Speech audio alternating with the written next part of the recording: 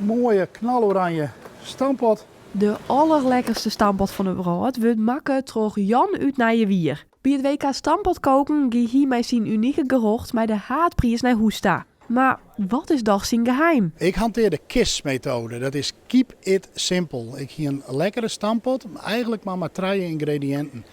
Riappel, pompoen en appel. Dat is een beetje mijn geheim misschien dan. In totaal dienen zo'n 40 koks mij onder de wedstrijd, maar Jan wist hem toen de skiën. Riappels. Ek de jury die we het zoeken van zijn bijzondere recept. Hoe de stampot wien het eigenlijk alle size unaniem oeriens van dit is de lekkerste. Dus dat, dat is dan wel heel leuk natuurlijk dat ze daar geen blinde proefrondes voor nodig hebben. De lekkerste en ook het hoogste aantal punten was dan nog heel kist in de presentatie bijvoorbeeld. Iedereen die begaan en met die potten en pan.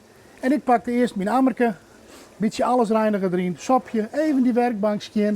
Ja, en dan natuurlijk wel weer op zo'n manier dat die jury dat ik even zegt. Dus dan ben je correct even oors bezig. Je verwacht je het net, maar ja, als je ons zo mij doet, dan word je wel je door mij ook om voor de wedstrijd en om in de prijzen te vallen.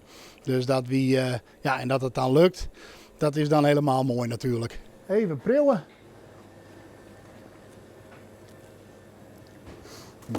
Een beetje zout erbij.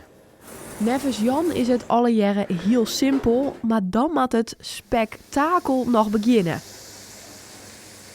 Dan doen we de poedersuiker erheen.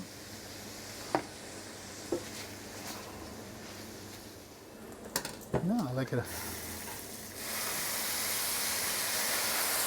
Afblussen met azijn.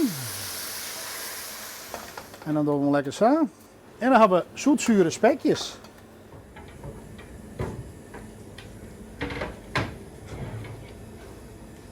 Goedgekeurd. Lekker, lekker.